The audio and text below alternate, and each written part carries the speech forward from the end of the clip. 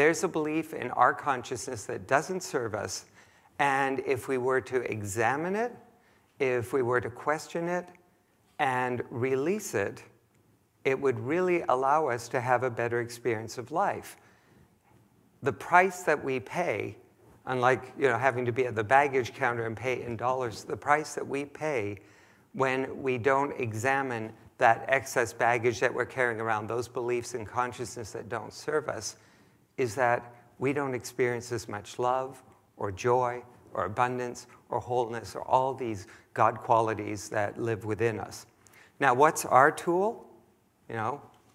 What do we have that could show us in kilos or pounds what we happen to be carrying that we don't need? It's really simple.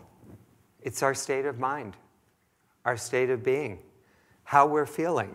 If we're not feeling a general sense of well-being, just to be, if we're not generally feeling whole and abundant, then we're carrying some false belief around with us that we're separate from God.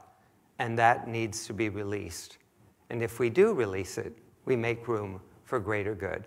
So some of the things that we can look at that would help us to identify those things that don't serve us, those things that we're carrying in our consciousness, things that we would be better off leaving behind. In Science of Mind, we say one of the first things we want to look at, and a pattern that we can fall into quite easily in our lives, is the sense of victimhood. We don't deny, at any point in our teaching, we do not deny that things happen in the world that we might want to change.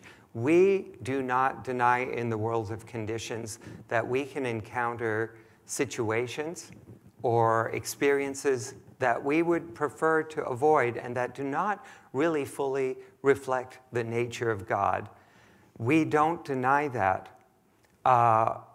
These problems could be in the area of our health or challenges in our finances. It could be in problems with relationship. It could be ways people treat us, accidents, acts of nature. It could be our mistakes, things that we do, choices that we make that we realize later weren't for the greater good. It could be ways that we forgot our connection with God's love and didn't show up at our best and caused problems. It could be any of those things. And it's normal for us to not feel good when those situations come up. But we don't need to dwell on that feeling of being a victim. In the humanville, yes, something may have happened that we would label on the human level that we were a victim of a situation. We were a victim of someone's anger. We were a victim of someone's, lack of kindness. We were a victim of a situation that we didn't make a conscious choice, but it just turned out, and our lives didn't seem to benefit from them in that moment.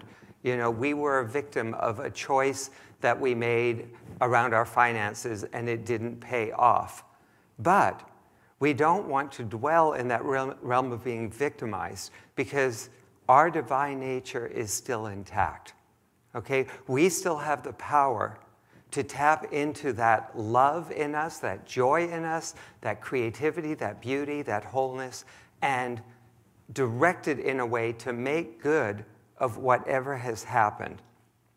If we want to make room for more love, for more joy, for more abundance, for a greater sense of well-being in our lives, we should look at where we might need to let go of blame, shame, and regret, which is, those three things are what keep us in a sense of being a victim.